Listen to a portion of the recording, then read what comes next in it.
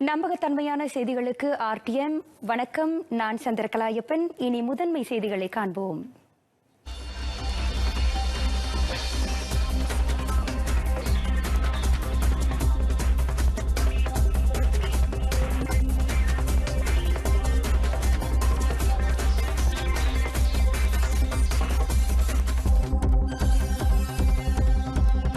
சீனா தனிமைப்படுத்தி வைக்கும் பகுதிகளில் இருந்து வரும் பயணிகளுக்கும் நாட்டில் நுழைய தடை விதிக்கப்படும். சுங்கைசிப்போர்ட் ஆல்ஃபீல்ட் தோட்ட மக்களுக்கு 2 மாடி வீடுகள் கட்டித்தரப்படும்.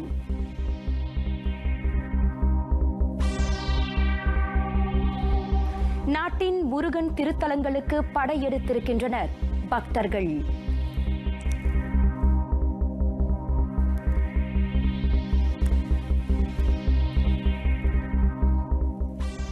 ஏர் ஏசியா நிறுவனம் எதிர்நோக்கியுள்ள ஊழல் குற்றச்சாட்டு வர்த்தகத்தில் சாதாரணமான ஒன்று என பிரதமர் டாக்டர் மகாதிர் முகமது கூறவில்லை என பிரதமர் துறை அலுவலகம் தெளிவுபடுத்தியது. பெரிய அளவிலான கொள்முதல் நடவடிக்கையின் போது அரசாங்கம் கைமாறாக ஒன்றை பெறுவது வழக்கமான ஒன்றென மட்டுமே அவர் செய்தியாளர்களிடம் கூறியதாக பிரதமர் துறையின் அறிக்கையில் குறிப்பிடப்பட்டுள்ளது. தனி நபருக்கு பணம் கொடுத்தால் அது கையூட்டு என பிரதமர் கூறினார். ஏர் ஏசியா நிறுவன விவகாரத்தில் அந்நிறுவனம் பெற்றது கையூட்டா இல்லையா என்பதை ஊழல் தடுப்பு ஆணையமே முடிவு செய்யட்டும் என அவர் சொன்னார். பிரதமரின் கூற்றை திரித்து வெளியிட்டு குழப்பத்தை ஏற்படுத்திய ஊடகங்களின் செயலை பிரதமர் துறை அமைச்சு கடுமையாக கருதுகிறது. இனி தகவல்களை வெளியிடும் போது கூடுதல் பொறுப்புணர்வுடன் நடந்து கொள்ளுமாறு அத்துறை அதன் அறிக்கையின் வாயிலாக ஊடகங்களுக்கு அறிவுறுத்தியுள்ளது.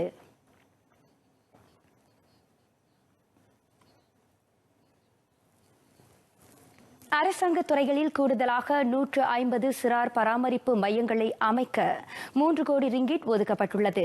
கடந்த ஆண்டை காட்டிலும் இந்த ஒதுக்கீடு 3 மடங்கு அதிகம் என துணை பிரதமர் டாக்டர் வான் அஜீசா வான் இஸ்மாயில் தெரிவித்தார். இவ்வாண்டு மருத்துவமனைகள், பள்ளிகள், வெவ்வேறு நேர அட்டவணையை கொண்ட பணியிடங்கள் ஆகியவற்றில் சிறார் பராமரிப்பு மையங்கள் அமைக்கப்படும். அம்மையங்களை அமைப்பதற்கு வேண்டிய நிதியை பகிர்ந்தளிக்கும் முறை மேம்படுத்தப்பட்டுள்ளது. அதனால் இன்னமும் சிறார் பராமரிப்பு மையங்களை கொண்டிருக்காத அரசாங்க அலுவலகங்கள் அந்நிதிக்கு விண்ணப்பிக்கலாம் என மகளிர் குடும்ப சமூக மேம்பாட்டு அமைச்சருமான டாக்டர் வான் அஜீசா கூறினார். அவர் நாடாளுமன்ற கட்டடத்தில் சிறார் பராமரிப்பு மையத்தை திறந்து வைத்தார்.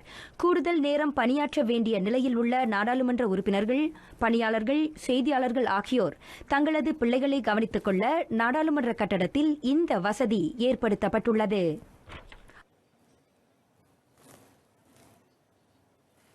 சீனா ஹூபே மாநிலத்திலிருந்தும் ஊஹான் நகரிலிருந்தும் மலேசியாவுக்கு வருகையளிக்கும் சுற்றுப்பயணிகளுக்கு விதிக்கப்பட்டிருக்கும் தடை இதர சீன நகரங்களைச் சேர்ந்த மக்களுக்கும் விரிவுபடுத்தப்படும்.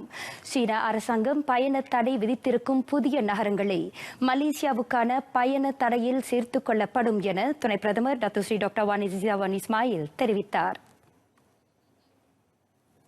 நாட்டில் கொரோனா வைரஸ் தொற்றால் பாதிக்கப்பட்ட மலேசியர்களின் எண்ணிக்கை 15ஆக அதிகரித்திருப்பதை அடுத்து நாட்டின் எல்லைப் பகுதிகளில் பாதுகாப்பு பலப்படுத்தப்பட்டுள்ளது.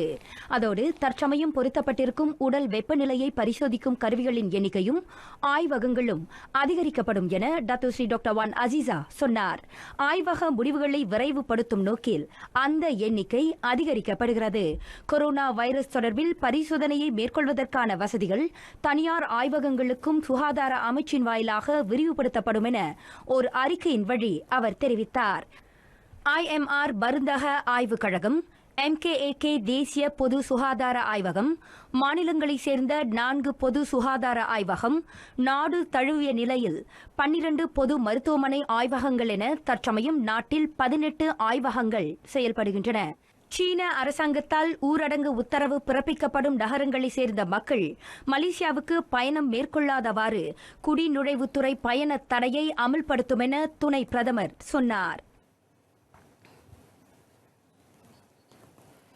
வர்த்தக வாகனங்களுக்கான ஓட்டும் அனுமதியை இனி புஷ்பாக்கம் வாகன பரிசோதனை மையத்திலும் புதுப்பித்துக் கொள்ளலாம்.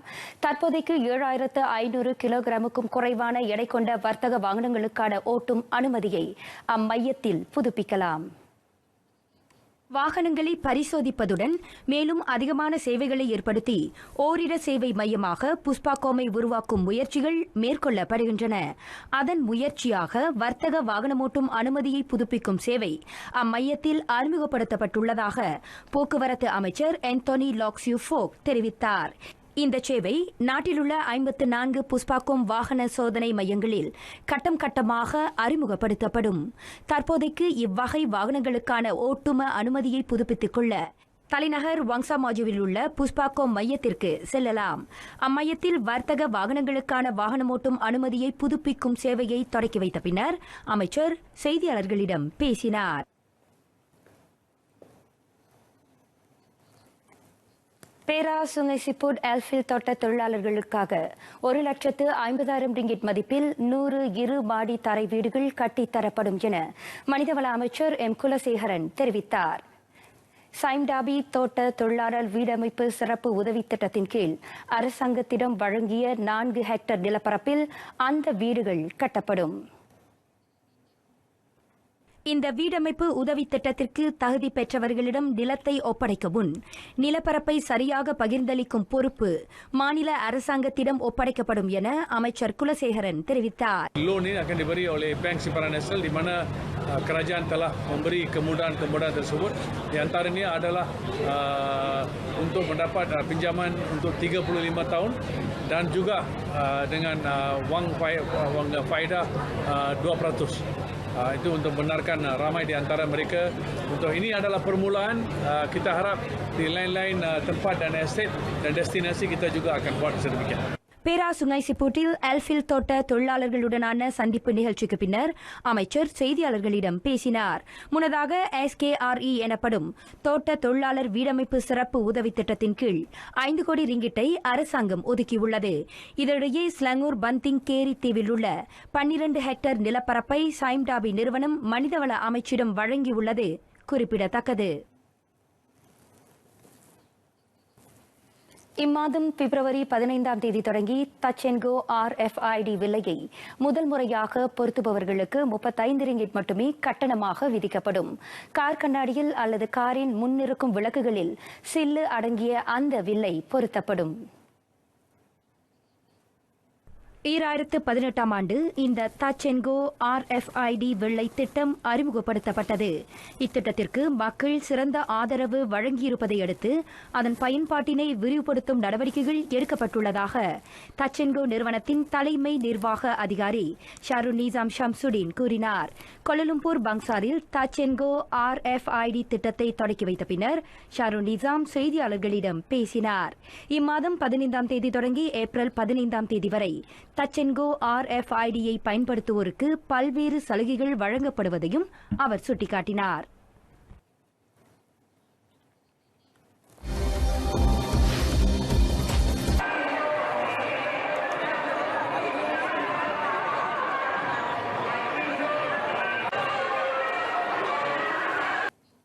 பல்லாயிரக்கணக்கான அடியவர் பெருமக்களின் வழிபாட்டினை ஏற்றுக்கொண்டு வள்ளி தெய்வானை உடனாய திருமுருகப் பெருமான் வெள்ளி தேரில் தலைநகர் அருள்மிகு ஸ்ரீ மகாமாரியம்மன் கோயிலிலிருந்து பத்துமலை திருத்தலம் நோக்கி நேற்றிரவு மணி 10 அளவில் புறப்பட்டார்.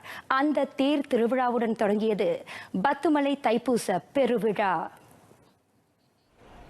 கோயிலின் அருகினில் கூடிய கூட்டங்கள் தலையா கடல் அலையா என வியக்கும் அளவிற்கு அருள் வெள்ளம், அன்பு வெள்ளம், பக்தி வெள்ளம் என வெள்ளக்காடாயிருந்த சூழலில் வள்ளி மணவாளனை சுமந்த வெள்ளித்தேர் அவ்வெள்ளத்தில் மிதந்து சென்றது.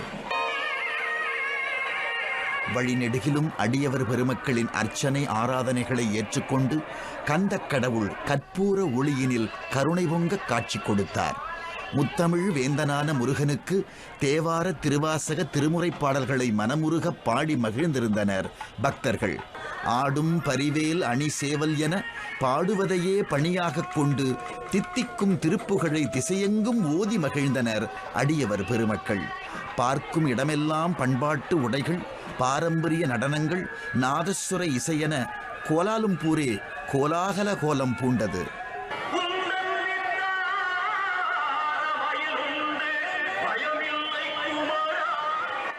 பன்னிரு விழியழகை முருகா பார்த்தால் பசி வருமா என களைப்பே இல்லாமல் களிப்பில் இருந்தனர் பக்தர்கள்.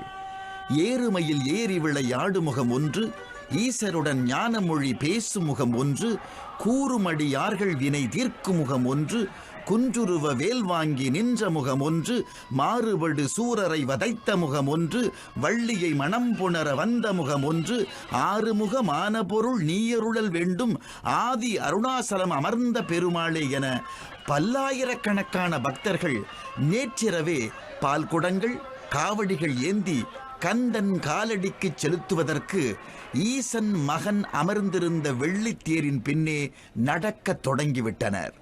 உருவாய் அருவாய் உளதாய் இலதாய் மறுவாய் மலராய் மணியாய் ஒளியாய் கருவாய் உயிராய் கதியாய் விதியாய் குருவாய் வருவாய் அருள்வாய் குகனே என அடியவர்கள் அன்போடு இறைஞ்ச, உலக உயிர்கள் உய்யும் பொருட்டு சேவல் கொடிபறக்க ஞானவேல் தாங்கி மயில் வாகனமது திருவடியை பூஜிக்க வெள்ளி தேரில் இன்று மாலை பத்துமலை திருத்தலம் வந்தடைந்தார் ஆறுமுகப் பெருமான். பத்தினி இருவரை விட்டுவிட்டு அவன் பாய்மரக் கப்பலில் வந்துவிட்டான். பத்துமலை குடி கொண்டு விட்டான். எங்கள் பரம்பரை காத்திட நின்று விட்டான். ஆனந்த தரிசனம் காணுகிறோம். அவன் அழகிய தேரினை வணங்குகிறோம். ஞானத்து தேசிகன் மார்பினிலே உயர் நவமணி மாலைகள் சூட்டுகிறோம். இதனிடையே புள்ளிமயில் ஏறி வரும் வள்ளி மணவாளன் அலங்கார வெள்ளி ரதமேறி வலம் வர பக்தர்கள் பாத யாத்திரையாக முருகன் திருத்தலத்தை சென்றடைந்தனர். வேண்டுதல்கள் பலவற்றை முன்வைக்கவும் வேண்டுதல்கள் நிறைவேறியதற்கு நேர்த்தி கடனாகவும் பக்தர்கள் கால்நடுக பத்துமலை கோயிலை சென்றடைந்தனர். லட்சக்கணக்கான பக்தர்கள் புடைசூழ பாத யாத்திரை செல்வோரும் பால்குடம் ஏந்துவோரும் முருகன் திருப்புகழ் பாடி ஊர்வலத்தில் பங்கேற்றனர். ஒரு வருஷம் நடந்தேன், அதுக்கப்புறம் கண்டினியூஸ்ல நடக்கணும்னு இருக்கு. சோறு வரும், கடவுள் வேண்டிக்கிட்டா அது அந்த சோறு கூட தெரியாது. நம்ம ஆன்மீக பயணம். ஸோ இது வந்து நான் 11வது வருஷமாக நடக்கிறேன். ஸோ ஒவ்வொரு வருஷமும் பால் குடம் எடுத்து வரும்போது இந்த முருகனுடைய அருளும் வந்து ரொம்ப ஒரு விசேஷமாக இருக்குது. நான் ஒரு 21 இயர்ஸாக வந்து நான் பால் குடம் எடுத்துக்கிட்டு இருக்கேன். ரத்து கூட போய் நடந்துக்கிட்டு எடுத்துக்கிட்டு இருக்கேன். நான் அது ஒரு பக்தி எனக்கு அது கிடைக்குது அது செய்யறதுல. பக்தர்களின் தாகம் தீர்க்க தண்ணீர் பந்தல்களும் அமைக்கப்பட்டிருந்தன. பசியை போக்க அன்னதானமும் வழங்கப்பட்டன. அசதியாக வர மக்களுங்களுக்கு நம்ம முடிஞ்ச அளவுக்கு என்ன தண்ணீரோ சாப்பாடோ கொடுத்து நம்மளால முடிஞ்ச உதவி அவங்களுக்காண்டி அந்த அவங்களோட அசதியை தீர்க்கறதுக்கு நம்ம கொடுத்துக்கிட்டு இருக்கோம். மக்கள் அவ்வளோ பேர் நடந்து போகிறாங்க. இங்கேயும் கிட்ட இல்லை, அது வந்து சாதாரண விஷயம் நடக்கிறது. அதனால தான் அவங்க டயர்டாகாமல் இருக்கிறதுக்காக நம்ம வருஷம் தண்ணி கொடுக்குறோம், சாப்பாடு கொடுக்குறோம். அவங்க நல்லபடியாக போய் தவிர்த்து இவ்வளோ போய் சேரணுன்றாங்க. பக்தர்களின் பாதுகாப்பை உறுதி செய்ய நூற்றுக்கணக்கான போலீசாரும் ரேலா தன்னார்வ படையினரும் பணியில் ஈடுபட்டனர். மக்கள் குடியிருக்கும் பகுதிகளில் எந்தவொரு அசம்பாவிதத்தையும் எதிர்கொள்ள அவசர சிகிச்சை குழுவினரும் தயார் நிலையில் இருந்தனர். எங்களோட அங்கோத்த ஆஃபீஸை வந்து எல்லாமே வந்து ஒரு 115 பேர் இருக்கும் எல்லாமே. இப்போ டாஸ்க் ஃபோர்ஸ் ஐபிடி இருக்காங்க டாங்வாங்கிலாம், அவங்க வந்து சேஃப்டியை பார்த்துக்கிறாங்க. இப்போ நாங்கள் வந்துட்டு டிராஃபிக் கண்ட்ரோல். இப்போ எங்களோட அங்கோத்தை வந்து ஃபுல்லாக மக்கள் வந்து பத்திரிக்கை போய் சேர்ற வரைக்கும் கரெக்டாக அவங்களோட பாதுகாப்பு போக்குவரத்து கரெக்டாக இருக்கணும்னு நாங்கள் பார்த்துக்கிறோம். ஃபர்ஸ்ட் மெயின் திங் முதலுதவி தான் நாங்கள் இது பண்ணிட்டு இருப்போம். என்னென்ன மாதிரி கேஸ்ன்னு பார்த்துட்டு அந்த ஆஃபீஸர்ஸ் வந்து ஹேண்டில் பண்ணுவாங்க. இன் கேஸ் ரொம்ப சீரியஸான கேஸ்னா இருந்தால் ஸோ வி வில் வந்து கான்டாக்ட் பண்ணுவோம், வாக்கி கான்டாக்ட் பண்ணுவோம். எந்த ஆம்புலன்ஸ் ரொம்ப கிட்ட இருக்கோ அதில் ஏற்றி நாங்கள் முதல் போயிட்டு ஹாஸ்பிட்டலில் சேர்த்துட்டு தென் டாக்டர் கிட்ட வந்து நாங்கள் ரிப்போர்ட் கொடுப்போம். முருகன் திருத்தலத்தை நோக்கிய பாத யாத்திரையின் போது பக்தர்கள் சோர்வை மறக்கின்றனர். இறைவன் ஒருவனே அவர்களின் உள்ளங்களில் குடிக்கொள்கின்றார். மனதினை ஒருநிலைப்படுத்தி இடர்களை எதிர்கொள்ள செய்யும் இந்த பாத யாத்திரையில் கிடைக்கும் பாடத்தினையும் மன வலிமையையும் அன்றாட வாழ்க்கையில் கடைபிடிப்போம். RTM தமிழ் செய்திக்காக பூன்சியம் பிரேம்.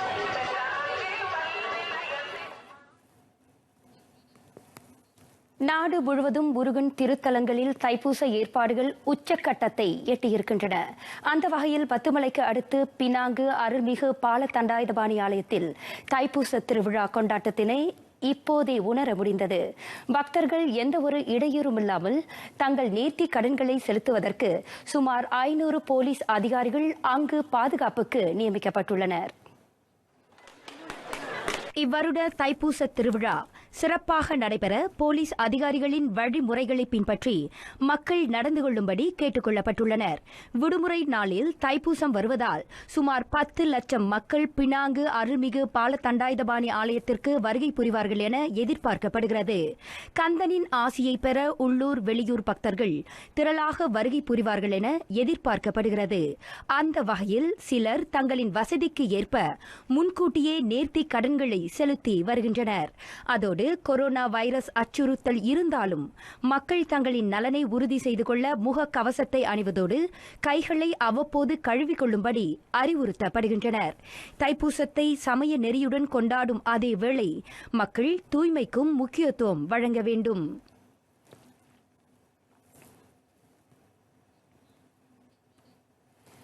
நாளை விமரிசையாக கொண்டாடப்படவிருக்கும் தைப்பூச திருநாளை ஒட்டி பேரா ஈப்போ கல்லுமலை அருள்மிகு ஸ்ரீ சுப்பிரமணியர் ஆலயத்தில் ஆயத்த பணிகள் அனைத்தும் சுமூகமாக நடந்து வருகின்றன.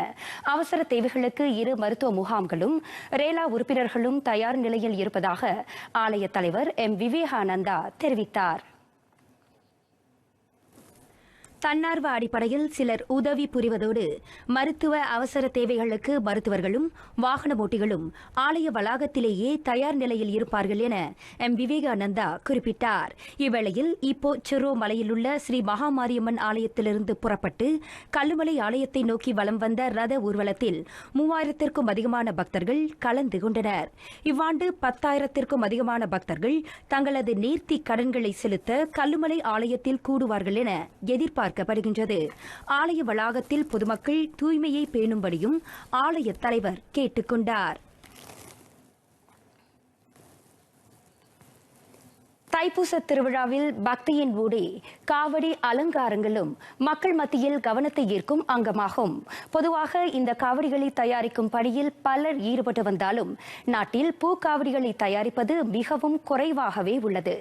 கடந்த 36 ஆண்டுகளாக பூக்காவடி தயாரிப்பில் ஈடுபட்டு வரும் அனுபவத்தை நம்முடன் பகிர்ந்து கொள்கிறார் மேலவை உறுப்பினர் செனட்டர் சுரேஷ் சிங்.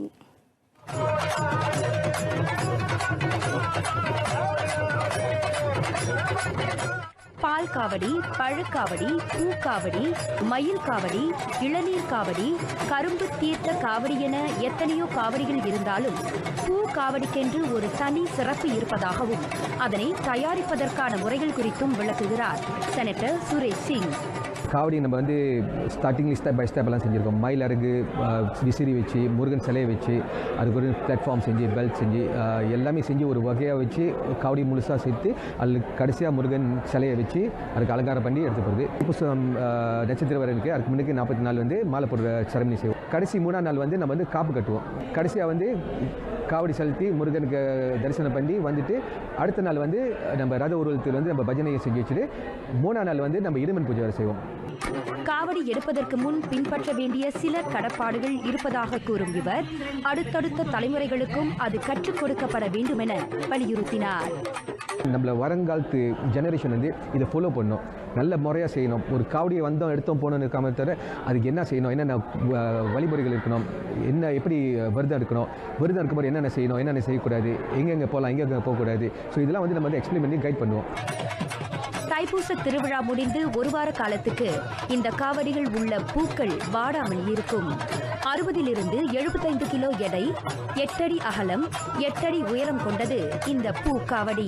கடந்த 36 ஆண்டுகளில் பத்துமலை தைப்பூசத்தில் 1000 மயில் பால் காவடிகளுக்கு மத்தியில் பவனி வரும் ஒரே பூக்காவடி இவர்கள் தயாரிப்பிலானது என்பதையும் மிகவும் பெருமையுடன் கூறுகிறார் இந்த பூக்காவடியை தயாரிக்கும் திரு ஜெகதீஸ்வரன். நான் வந்து ஆரம்ப காலத்தில் பிரீஃபீஸ்லேருந்து இந்த பூக்காவடியெல்லாம் ஆரம்பித்தோம்.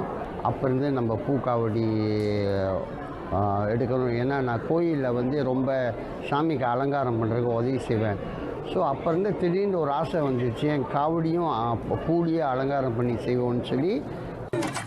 இந்த பூக்காவடிக்காக 1000 ரிங்கிட்டுக்கும் கூடுதலான பூக்கள் மாலைகளாக தொடுக்கப்பட்டு காவடியில் அலங்காரம் செய்யப்படுகின்றன. தைப்பூசத்துக்கு 3 நாளைக்கு முந்தையே அந்த பூ மாலையெல்லாம் கட்ட ஆரம்பிச்சோம். எல்லாம் ஃப்ரிட்ஜில் வச்சுட்டு அப்புறம் தைப்பூசம் முதல் நாள் நம்ம எல்லோரும் பத்திரிக்கைக்கு போயிடுவோம். காவடி எடுத்துகிட்டு அங்கே போயிட்டு ஒரு 5 ஹவர் எடுக்கும் அந்த காவடியை வந்து நம்ம அலங்காரம் பண்ணி எடுக்கிறதுக்கு. முருக பக்தர்கள் முருகனுக்கு படைக்கும் பொருள்களை தோளில் சுமந்து முருகனை நினைத்து பாடி ஆடி நேர்த்தி கடனை செலுத்துவது பக்தி காவடியாகும். காவடி தூக்கி வரும் பாலர் முதல் முதியோர் வரை படியேறி மலைக்கோவில் செல்வதை பார்ப்பதற்கு அழகாக இருக்கும்.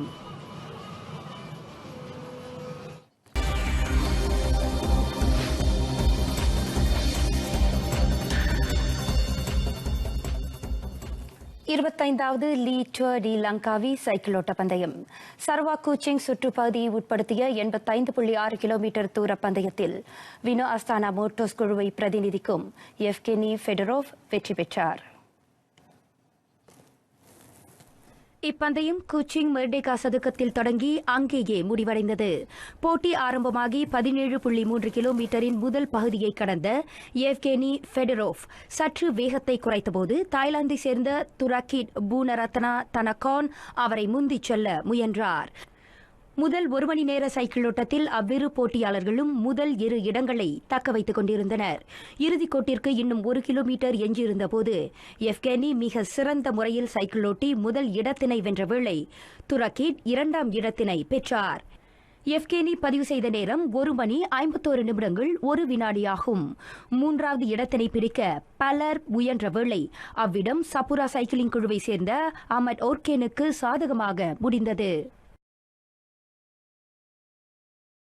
நாளை பிற்பகல் மணி 1:30க்கு மாய் ஃப்ரீவியூ 123 தமிழ் செய்தி ஒளியேறும். இணைய தவறாதீர்கள்.